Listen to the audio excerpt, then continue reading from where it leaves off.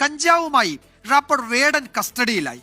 വേടന്റെ കൊച്ചി കണിയാമ്പുഴയിലെ ഫ്ളാറ്റിൽ നിന്ന് 5 ഗ്രാം കഞ്ചാവ് തൃപ്പൂണിത്തുറ ഹിൽ പാലസ് പോലീസ് പിടികൂടിയിരുന്നു.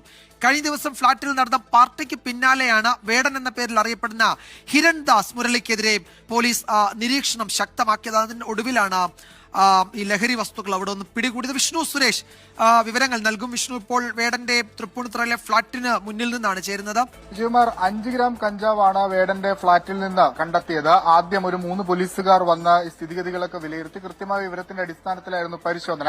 പിന്നീടാണ് ഈ കാണുന്ന ജീപ്പിൽ ഹിൽ പാലസ് പോലീസ് സംഘം എത്തി വേടനടക്കം 9 പേരെ കസ്റ്റഡിയിലെടുത്തതെന്നാണ് നമ്മൾ മനസ്സിലാക്കുന്നത്. കഴിഞ്ഞ കുറച്ച് നാളുകളായി ഈ ഫ്ളാറ്റ് നിരീക്ഷണത്തിലായിരുന്നുവെന്ന് ഹിൽ പാലസ് പോലീസ് വ്യക്തമാക്കുന്നുണ്ട്.